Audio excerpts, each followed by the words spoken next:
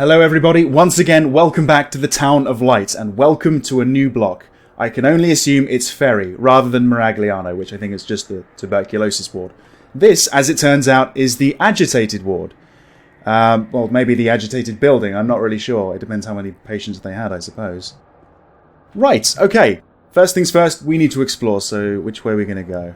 It looks like there's clutter and junk in the way. Either way I go. Let's choose this way. I'm assuming I can't climb over this rubble and everything, but I will try. Maybe I can walk up this beam. No? No press E to vault or anything? That's a bit of a shame. The place is falling to pieces, though.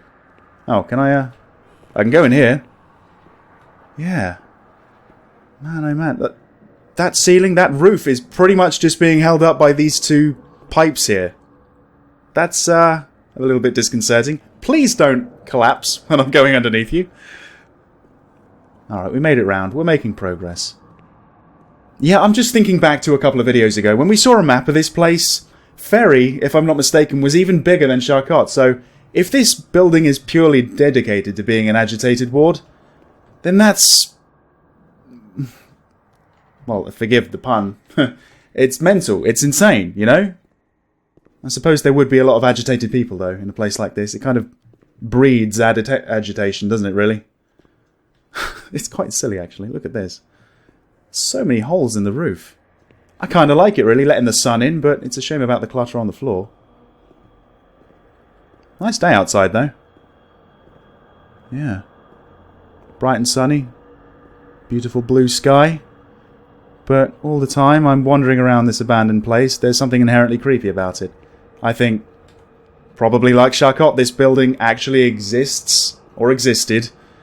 And because of that, I'm sure it holds some very real memories. What's this?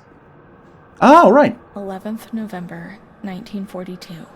The patient speaks very little, refuses food, force-fed with nasal cannula. 2nd February, 1943. The lack of kerosene for heating and the shortage of sufficient food is causing a lot of victims in the institution. War spares nobody, not even these alienated creatures. Despite her young age, this patient has become ill because of the cold and malnutrition. God damn it. Can we just have one nice thing happen to Renee? Okay, so obviously this used to be a ward hallway. Now it appears to be the home of a tree. Crazy. Oh, it's the first floor as well. So, right. We're looking down on the ground floor there. I'm assuming I can't make that jump. Can we go around? Can we sidle? No. Maybe I can go through this door. Or the one behind me, maybe. Nothing blocking this one. There we go. Alright. Oh. Hello. What's that? Is that a projector or something? Looks like a reel of... hang on, there's a couple of reels next to it. It might be a projector, or something like that. What are these? Hang on. It's kind of hard to tell. I think both of them say Renee on it. Let's use this one. There we go. Oh, there we go. A little bit of a better look. Yeah, Renee T, 1943. Ah, it's audio. Nobody laughs. I mean, really laughs. Not those crazy fools who laugh because people say they are mad. I don't know why, because they do really laugh. They say that I'm mad too, but I never feel like laughing. In the past, people laughed at me. But they were right, you know? You can't always cry, and people laugh when they are afraid, don't they? It happened to you, not to me, better so. In short, they do that to show that they're happy.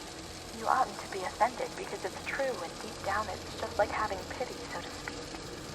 But then you think about yourself, and so you laugh to say that it's okay. Everything will get better, that it's all shit. It's all shit, this place. You're not trying to tell me that it's not true, right? An intelligent person, educated, not like me. And if I can see that it's a load of shit, just imagine how much better you understand. No, come on. No, I feel fine here, you know? After all, I can do anything I want or say anything I want. No, come on. No, I feel fine here, you know? After all, I can do anything I want or say anything I want. A bit of deja vu there, I think. Or I was spacing out. I'm fairly sure I heard that twice. Strange. Okay, so is that the end? It seems to be. Right, so we've got another one here, which is also Renée. I think that one says 1940... Might be 1944? I can't pick it up, though. I guess we need to take this one off first. But we can't do that either, so we need to stop it somehow. Pull the handle? I don't know. How do we work these thingamajigs? There's a lot of dials, a lot of buttons, but nothing I can actually use, apparently.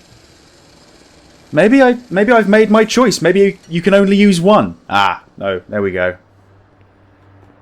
Okay, so yeah, that was 1943. But I still can't take it off. Yeah.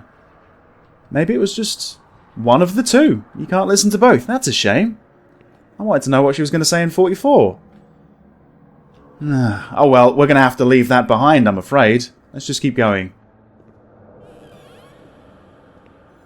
So, what was that? Sounded like a phone. There's a phone. Hang on, what's that as well?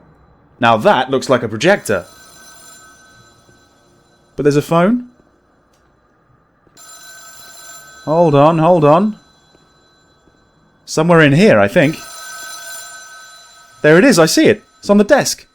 The director's desk. Is that even, like, wired up? How's that even working? Oh, it's not, apparently. It was a prank call. Damn it. Okay, there is actually something else on the desk, though, that I can read. It's a telegram. 28th August, 1942. We hereby communicate the death of Ada T., mother of Renee T., a patient in your institution. Oh, no. No known relative. Sincerely yours, Onofrio P. Ah, that's a shame. I've nobody left in the world. Nobody at all. Solitude is very strange. It muffles everything, slows it down. It's an endless scream which doesn't emit any sound. A silent shout. I can't stop looking at myself. I will never leave this place. There's nobody for me out there. These walls have become my skin, and the wretched desperation within them is my soul without a voice. Here, nobody weeps anymore. How I would love to feel life, desperation, anger. I've stopped dreaming, daydreaming, maybe even thinking. I've lived in a reality which has corroded me, depriving me of everything, even of my capacity to feel pain. Okay, check it out. I assume that's Renee. It looks a little bit like the drawings. Huh.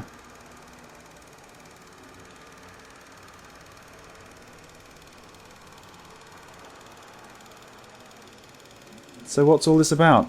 She looks very depressed, but I'm not surprised. She probably just heard of her mother's death.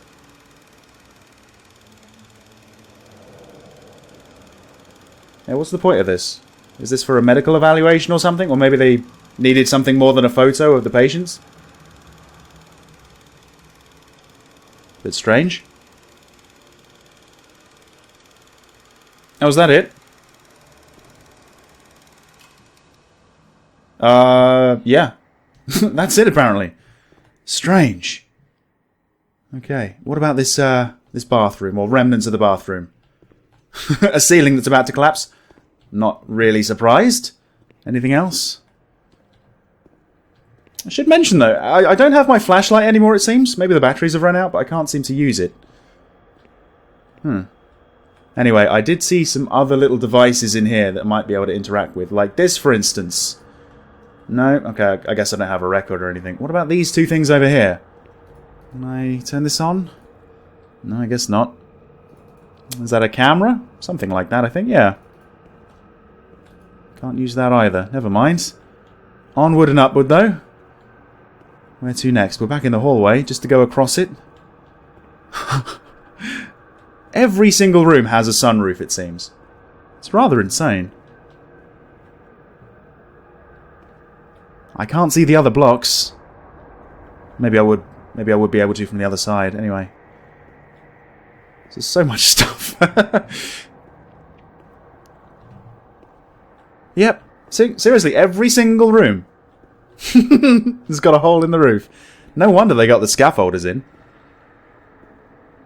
I suppose because of the building's condition, they had to get everything out sooner, which is why there's not too much stuff left here on the shelves.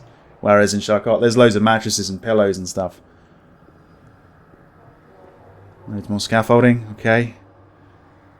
Is that the elevator? I guess I used this in the last video. Can't seem to use it now, for some reason. Out of commission. Never mind. Can we go through here? Nope, all blocked up. Okay, what's up then? Do I climb the scaffolding or go through here? Or here? Hang on. Ah! We have stairs that go down. Right. Well, this works. We're heading down to the ground floor then. Wonderful. Alright. Okay. Anything hidden under the stairs? One of those wheelchair bikes. They're kind of cool, actually. Nothing to read, though. Nothing of any real importance. Oh. Why do doors keep doing that? Trying to lead me somewhere, aren't you, game? Can't climb over this, can I? No. Okay. Well, before we go out, let's see what else we can do. That's a weird-looking chair. I think that's like a texture bug. That just looks weird, that one.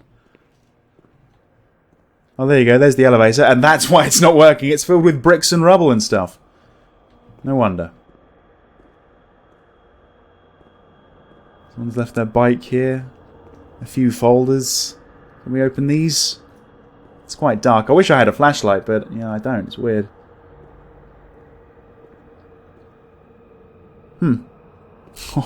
Oh, parts of the tree are sneaking their way through the wall. Fair enough. Nothing in the darkness that seems to be shining out. Oh well. Okay, so I guess we're going this way. Out into the little courtyard area, I guess. So what do we do? Do we go back to Charcot or not? Do we keep exploring this area? I'd like to keep exploring if possible. Check it out. They bricked up a door over there, but somebody didn't like that. And snuck their way back in. Let's try this door first, or let's try what's left of this door first. Can we squeeze through? It wasn't just the door, they bricked up the windows as well. I don't think I can. Oh, come on, put some effort into it.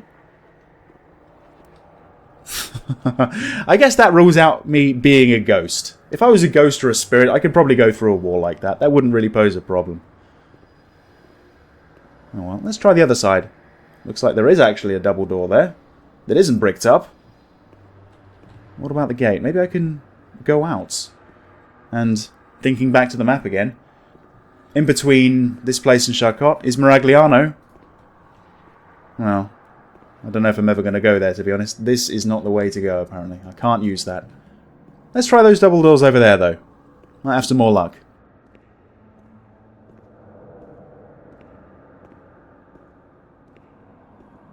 May 1943. I think so. Renee's in a good state of health.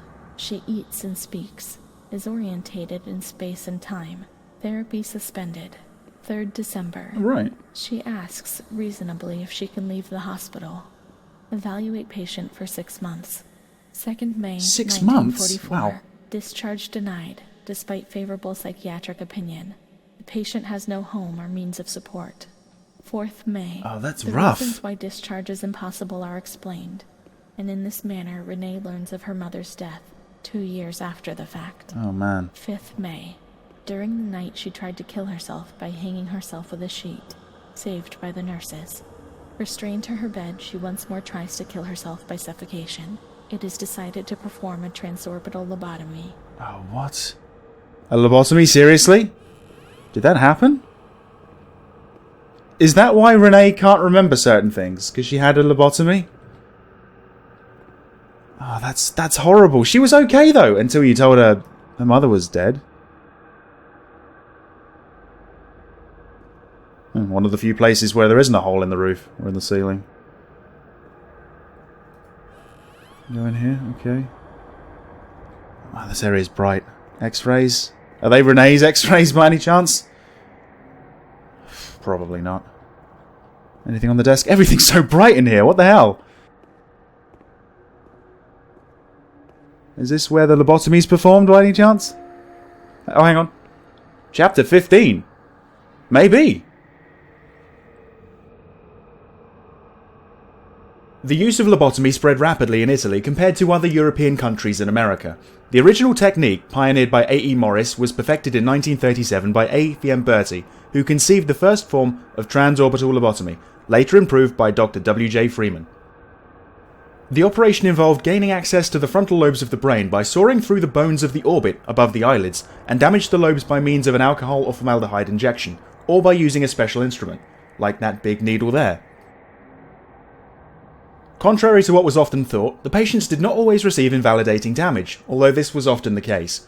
Moniz was awarded the Nobel Prize for Medicine in 1949. This therapy gradually fell into disuse after the discovery of chlorpromazine in 1951. So she had a lobotomy? Oh dear. Oh, okay. Well, we've experienced pretty much everything else in first person in this game. Am I having it, or have I had it? I'm assuming I haven't had it yet. She looks pretty sad. Everyone's got a sort of horrible, somber, sad look on their face, so... yeah. Needless to say, I can't move.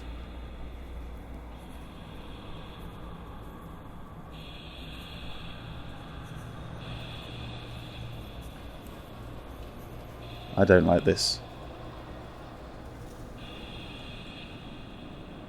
But the only reason I wasn't discharged, it seems... oh god.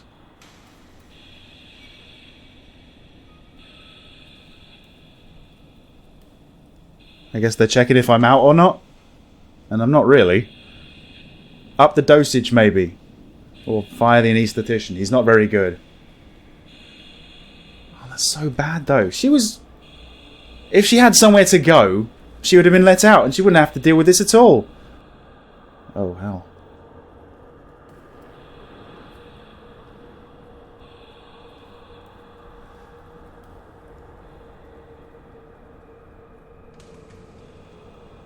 Oh, shit, no. Oh, dear. Not for the squeamish, I don't think. She's... no, if I can twist it around. I suppose that's the point. Oh, I didn't need that. Oh, I didn't need that at all.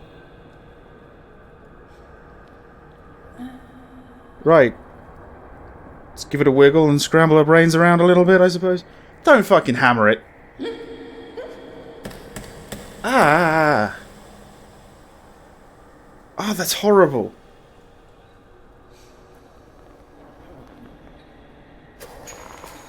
Fucking hell, man.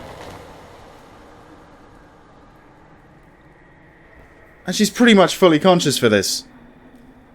Fuck.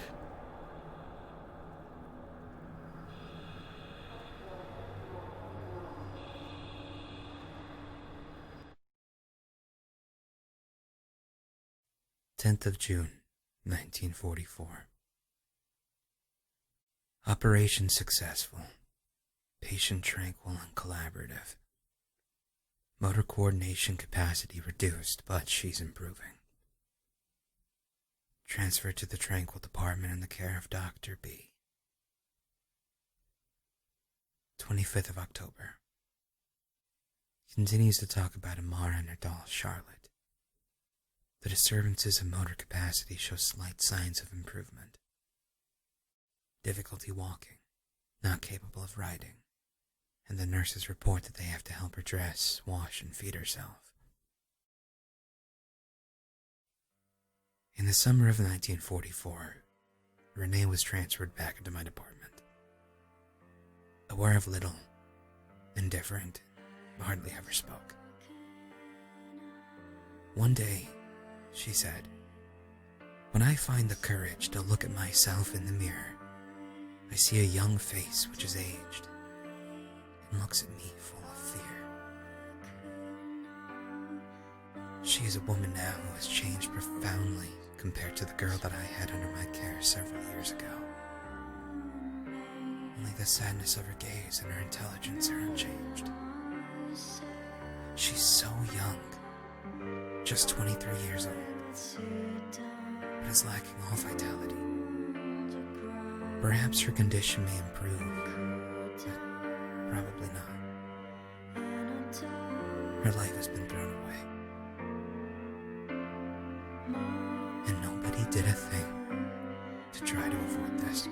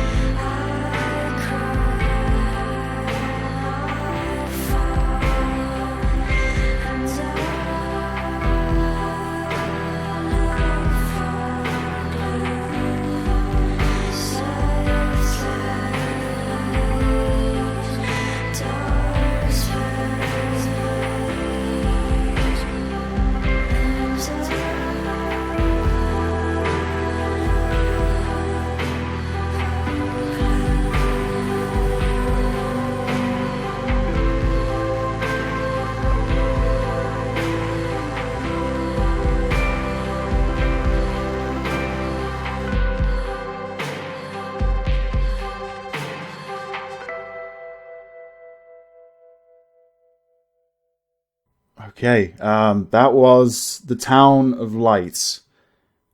And that was an extremely depressing ending. I was not expecting that sequence of events. I was not expecting to see a lobotomy in pretty graphic detail, honestly.